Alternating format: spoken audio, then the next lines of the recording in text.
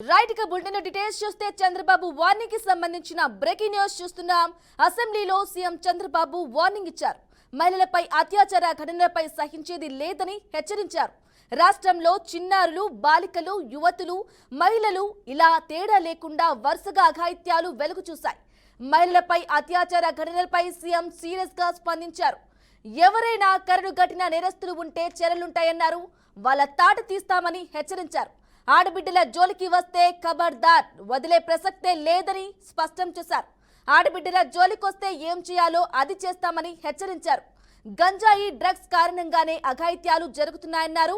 గంజాయి, డ్రగ్స్ నిర్మూలనకు కఠిన చర్యలు తీసుకుంటామన్నారు. కరడు గట్టిన నేరస్తులకు ఏపీలో స్థానం లేదన్నారు. నేరాలు చేస్తే తాట తీస్తామని వార్నింగ్ ఇచ్చారు.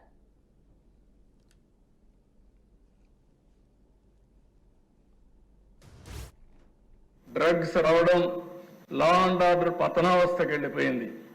ఈ సందర్భంగా ఇక్కడుండే మెంబర్స్ అందరినీ ఒకటే కోరుతున్నా, ఎక్కడ పోయినా లా అండ్ ఆర్డర్ గురించి మీరు మాట్లాడాలి.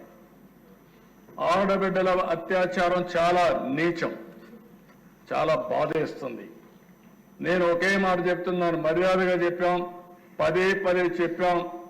ఒక పక్క ఎడ్యుకేట్ చేస్తాం, ఇంకో పక్క వార్నింగ్ కూడా ఇస్తున్నా.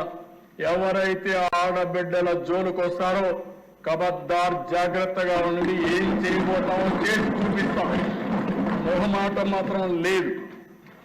మీరు కావాలని గంజాయి తీసుకొని, ఇప్పుడైతే గంజాయి కూడా డ్రోన్స్ పెట్టాం.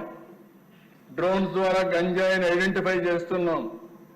ఎక్కడైతే గంజాయికి మూలాలు ఉన్నాయో, ఎక్కడైతే పండిస్తున్నారో అక్కడి నుంచే, సోర్స్ లో నుంచే దాన్ని కంట్రోల్ చేసే బాధ్యత తీసుకున్నాం.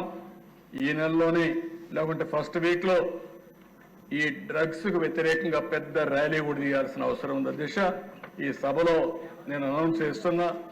మనందరికీ నేను చూసుకొని, ఆ టైమింగ్స్ కూడా చూసుకొని ఒక